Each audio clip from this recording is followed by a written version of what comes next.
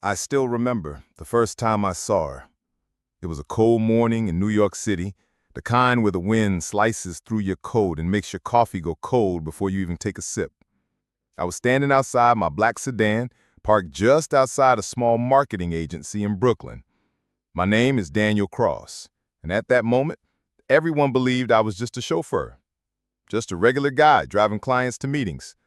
No one knew the truth, that I was the owner of a billion-dollar logistics empire. And this entire fake identity, it was all part of a test. I had grown tired of women chasing my money, tired of fake smiles, gold diggers, and shallow affection. So I left my mansion, stepped out of my Ferrari, and put on an old leather jacket to live like a working man. I wanted to see if real love could exist without luxury. That's when she stepped out of the building. Her name was Emily. She wore a plain white blouse, a long gray coat, and held a half-eaten bagel in one hand. She looked stressed, late, and completely unaware of the effect she had just had by walking by. "You're my ride?" she asked, her voice sharp, her tone impatient. "Yes, ma'am," I replied calmly, opening the back door. She slid in, tapping away on her phone, not even looking up. Over the next few weeks, I drove her almost every day. She worked in the creative department and often stayed late. Some days she was too tired to talk. Other days she couldn't stop talking about her clients, her boss, her dreams, and her frustrations. She had ambition, fire, and pain. The kind that shows in the way someone stares out the window in silence. One rainy night, as I was driving her home, the traffic was worse than usual. She sighed deeply. "You ever feel like you're meant for more, but the world keeps stepping on your throat?" I didn't answer right away. Then I said, "Every day." She looked up at the rearview mirror. For the first time, she really looked at me. I was the beginning. We started talking more. She started sitting in the front seat, brought me coffee sometimes, asked questions, shared memories. I never told her who I really was. I wanted to believe that if someone could love me as a driver, they truly loved me. Weeks turned into months, our bond grew stronger, and one day she surprised me. "I think you're smarter than you let on, Daniel." I smiled. Maybe I just listened better than most. She laughed. It was the kind of laugh that made the cold world feel warm for a moment. Eventually, I confessed my feelings. We weren't rich. We didn't have much. But she said yes. We moved into a small apartment, shared bills, cooked dinner together. It felt real. It felt perfect. But perfect never lasts. As her career grew, she started to change. She got a raise, started working more directly with her boss, a man named Marcus Dean. Tall, charming, and loaded. She started coming home late, dressing differently, smelling of expensive perfume I never bought. And then one night, I saw it. A notification flashed on her phone. "Marcus, tonight was amazing. Can't wait to see you again." She said it was a joke. I pretended to believe her. But my heart knew, and my silence wasn't weakness. It was preparation. Because the world was about to find out that the quiet driver in the corner owned everything. Emily started spending more time at the office. At first, she said it was just extra work, new clients, tighter deadlines, bigger responsibilities. I believed her. But soon, the small signs grew bigger. She started hiding her phone when I walked into the room. She laughed at texts she wouldn't show me. Her tone changed. The warmth faded. The woman who once asked how my day was stopped asking. I began driving longer shifts just to avoid being home. I couldn't eat, couldn't sleep, but I didn't confront her, not yet. I wanted to be sure, not just of her lies, but of my strength to walk away when it was time. One night, she came home in a black luxury car. Not a taxi, not a rideshare, a sleek, matte black Range Rover. I stood at the window, watching her step out in heels I'd never seen before and a red dress too expensive for her paycheck. "Whose car is that?" I asked as she walked in. "Oh, just Marcus. He offered me a ride. It was raining." But it wasn't raining. I looked at her face, and for the first time, I saw a stranger. Emily used to hug me as soon as she got home. Now she walked right past me, pouring herself a glass of wine without even a glance. I should have said something, but I didn't. Because part of me still hoped she'd realize what she was doing. Part of me still believed she loved me. Then came the breaking point. One evening, I stopped by her office unannounced. I was supposed to be picking her up. She didn't know I was early. Through the glass walls, I saw them. Emily and Marcus. Close, laughing, her hand on his chest, his arm on her shoulder. It didn't look like business. I turned around and walked away. I didn't wait for her. I didn't call. I went straight home, packed a small bag, and checked into a hotel. That night, she didn't even ask where I was. The next morning, she texted, "I'm staying at the office tonight. Don't wait up." That was all I needed. My heart didn't break. It stopped waiting. That week, I reactivated my team, my assistants, my board members, my lawyers, everyone who knew me as Daniel Cross, CEO of Crossline Logistics, one of the fastest growing delivery networks in the U.S. No more pretending. While Emily was busy chasing her boss's attention, I was preparing a new investment. Guess where? Marcus Dean's agency. Because what Emily didn't know was that Marcus was drowning in debt, and I had just become his savior and silent owner. A week later, Emily came home and said something I'll never forget. "Marcus says I have the potential to lead a campaign in Europe next quarter. He believes in me." I smiled. "That's great. You must be proud." She didn't notice my tone. She didn't realize she was talking to the man who now owned the entire company she worked for. And soon, she was going to find out. Emily's confidence grew every day. She walked around the apartment like she owned the world. She no longer asked how I was doing. She no longer noticed when I left early or came home late. She thought I was still just a driver, working long hours to survive. But the truth was I was busy finalizing the acquisition of her agency. Marcus Dean's company had been struggling financially for months. He'd been hiding it behind fake numbers, investor delays, and flashy presentations. But the real books told a different story, a slow collapse. My lawyers made the deal quick, clean, silent. Within 3 weeks, I became the majority stakeholder in Dean & Rowe Marketing, the very agency where Emily worked. Marcus had no choice. He needed cash, and I had it. He didn't care who owned the shares. He just needed out. I didn't fire anyone. I didn't change the name. But from that moment on, every meeting Marcus scheduled, every campaign Emily worked on, every late-night dinner they shared, all happened under my payroll. I was done chasing truth. I was letting the truth chase her. One evening, Emily came home glowing. Her smile was wide, her eyes sparkling. She said, "Marcus wants me to pitch directly to the European board next month. He says I'm his rising star." I nodded slowly. "That's great. You must be proud." She didn't notice my tone. She didn't realize that she was talking to the man who now owned the entire company she worked for. And soon, she was going to find out. Emily's confidence grew every day.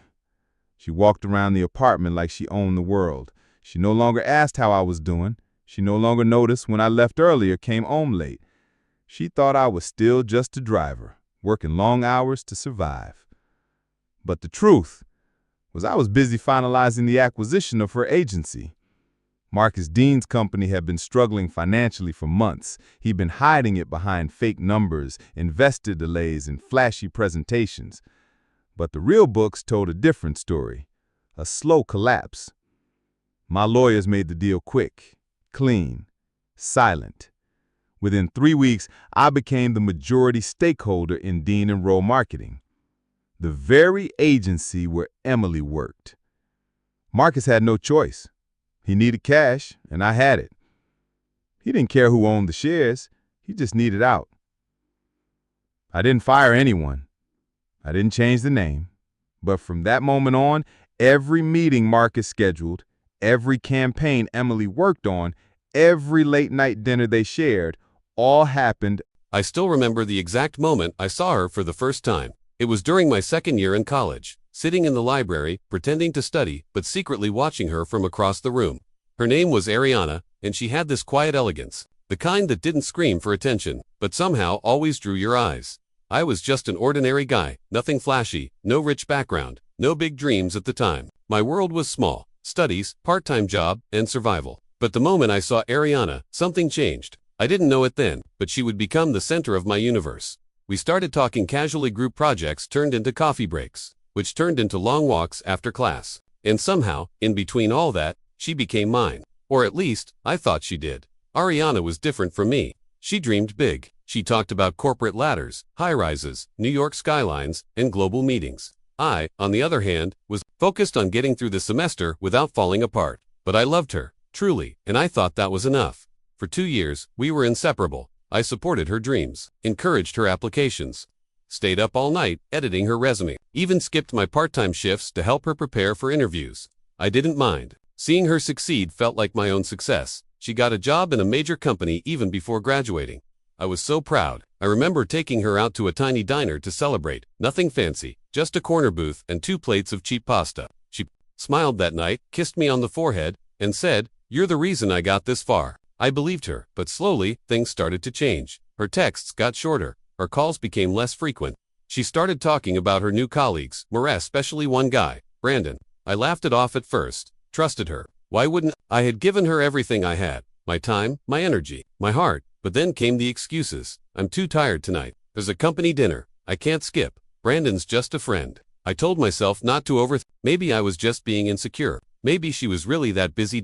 Until one night, when she didn't come home, she had promised we'd meet after her office event. I waited outside the cafe for 3 hours. It was raining. I didn't move.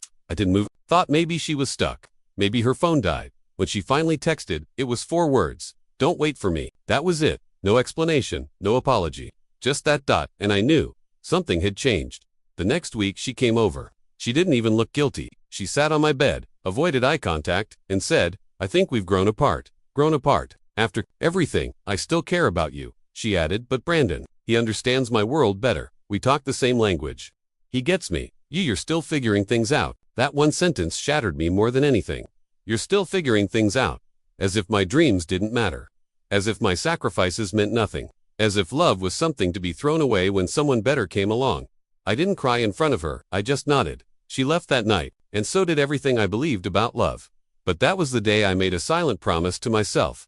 I will build a life so big, so powerful, that the next time she sees me she won't be able to look away.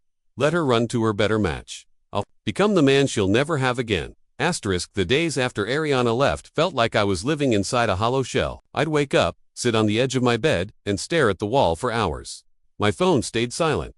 No good mornings, no check-ins, no late-night voice notes with sleepy giggles. Everything just stopped. I kept scrolling through our old messages. Read. Some unread, each one stabbing a little deeper. I tried to distract myself, went back to work, picked up extra shifts, avoided mutual friends, stopped visiting the places we used to go.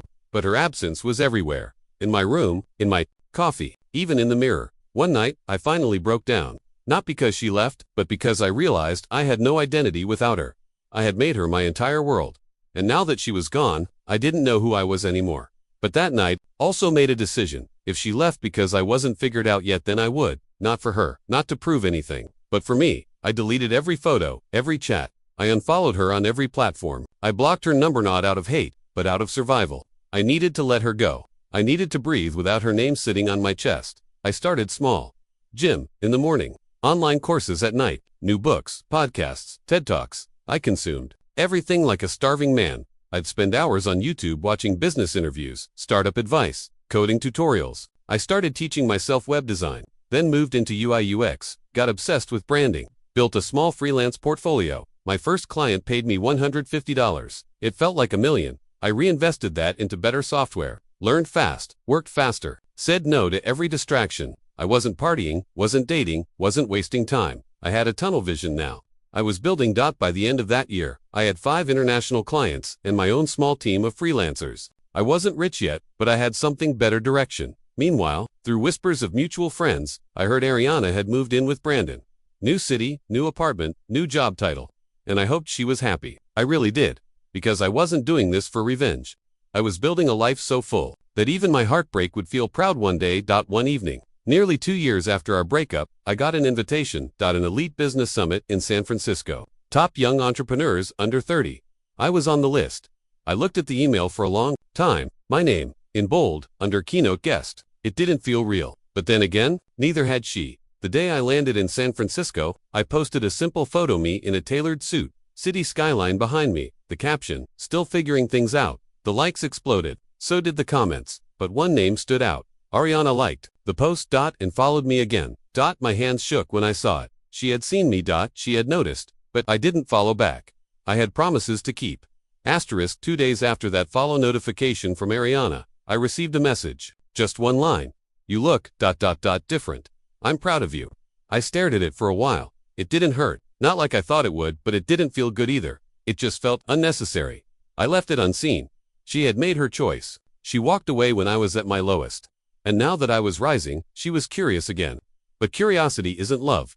I didn't block her. I didn't reply either. Instead, I focused harder. The summit changed everything for me.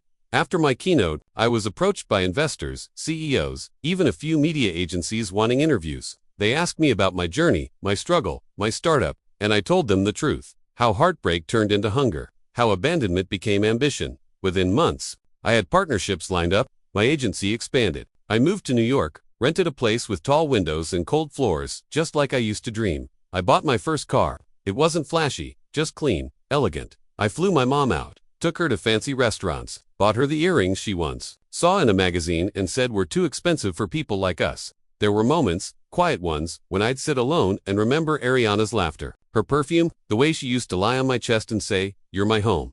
But then I'd also remember how easily she left, how quickly she chose another man, and how she didn't even look back. I didn't hate her, I just didn't need her anymore. One rainy afternoon, I was invited to speak at a university as a guest entrepreneur. I was mid-lecture when I noticed her, back row, soaked from the rain, still beautiful, still familiar. After the talk, she waited outside.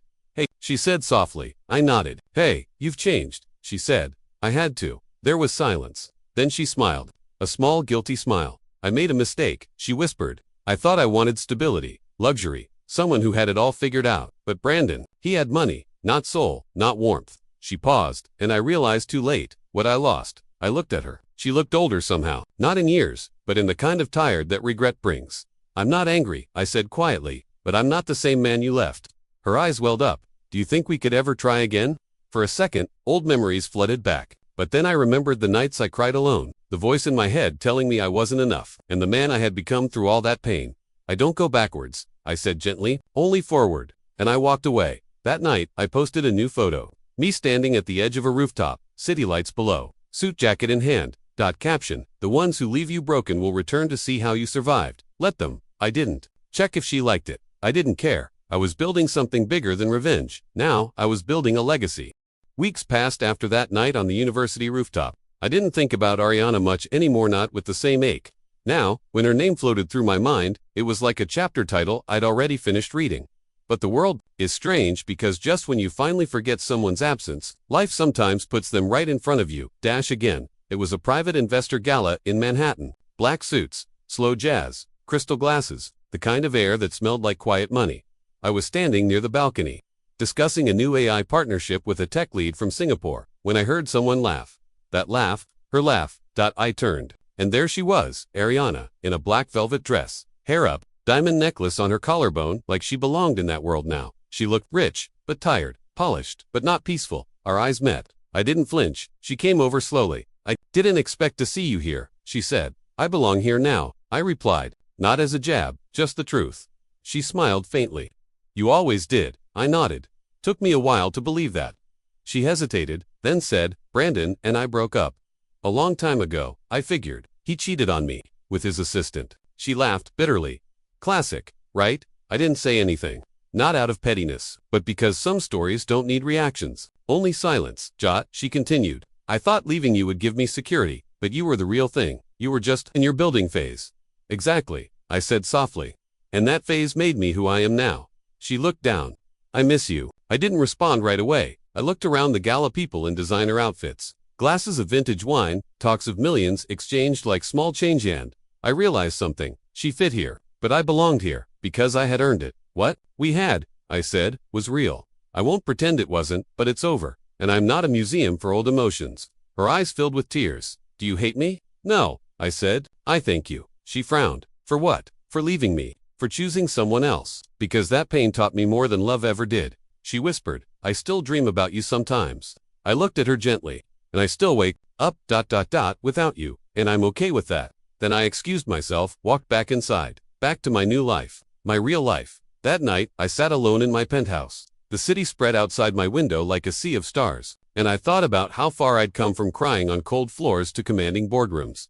I picked up my journal, the same one I started the day she left me, and wrote, she left for someone richer. I became the man she hoped to find, and now, I no longer need her to feel complete. That's the real win. I closed the journal, and smiled. Because healing doesn't always come from closure. Sometimes it comes from becoming the version of yourself you were too broken to imagine before. 2 years later, my life didn't just change. It evolved. I was no longer the man who begged for love, who cried over unanswered texts, who stayed up at night wondering what he did wrong. That man had died quietly in a dark apartment, and from his pain, a new man was born, a man who had healed. I had built a company that Forbes now listed among the top 100 fastest growing startups. My face had been on 2 magazine covers. I gave talks at conferences, mentored young entrepreneurs, and traveled the world. But above all, I was at peace. One evening, I was invited to speak at a business school in California. After the event, a young woman walked up to me. She was nervous. You probably don't remember me, she said, but I was Ariana's younger cousin. We met once, at a family dinner. I blinked. Oh, yeah, I do remember you. Lily, right? She nodded. She talks about you sometimes. She regrets everything. I said nothing. She told me something once, Lily continued. She said, the biggest mistake of my life wasn't leaving him. It was thinking he would never outgrow the pain I left him with. I closed my eyes for a moment. She's not well, Lily added softly. Financially, she's okay, but emotionally, she's stuck. She watches your interviews. She knows. You moved on. Then that's enough, I replied gently. Because I didn't grow for her. I grew for me. That night in my hotel room, I looked through old photos buried in a cloud folder. There was one me and Ariana sitting on a bench, outside our old university, eating ice cream. We looked stupidly happy. I stared at it for a long time. Then, I deleted it. Not out of anger, but because I finally could. The next morning, as I checked out and stepped into my car, I received a message from a woman I'd been dating for the last few months. Sophia, smart, kind, ambitious. She never made me question my worth. Her message said, good luck on your flight. Can't wait to see you this weekend. I made your favorite lasagna. I smiled. That's when I realized, healing isn't about winning someone back. It's about becoming the person who no longer needs them. Ariana was part of my story, but she was not the whole book. She was a chapter. One I had read, lived, and closed, and now, I was writing new chapters, with peace, with purpose, with love not from others, but from within. Final words, perfect for ending the YouTube video. She left me when I had nothing. Now, I have everything, and I don't even miss her anymore. Asterisk, a few months later, I received an envelope. No sender name, just my name, handwritten. Inside was a letter. It was from Ariana. Asterisk, I know you don't want to hear from me, but this is not to get you back. It's just something I owe you, my truth. I left because I was chasing a life I thought was better. I thought money would fill the voids. You couldn't. But all I found was noise, people who used me, men who lied to me, and silence when I truly needed someone. I saw you recently on a TEDx talk. You looked happy, peaceful. I cried that night not because you became successful, but because you became whole without me. Asterisk, I folded the letter slowly, not with anger, not with hate, just a deep, silent understanding. finally saw the truth, but I had already walked too far ahead to turn back. A few weeks later, I stood on a beach with Sophia, the woman who showed me love doesn't hurt, it heals. The sun was setting, and she was laughing at something stupid. I said, that laugh, that moment, it wasn't dramatic. It wasn't cinematic, but it was real, and real was enough. I realized then, some people come into your life as blessings, others come as lessons, but the most important thing is, you survive them. You grow from them, and one day, you thank the pain, because it turned you into someone even heartbreak couldn't break again. Asterisk, she broke me, but I rebuilt myself. Not to prove her wrong, but to prove to myself that I deserved better. All along,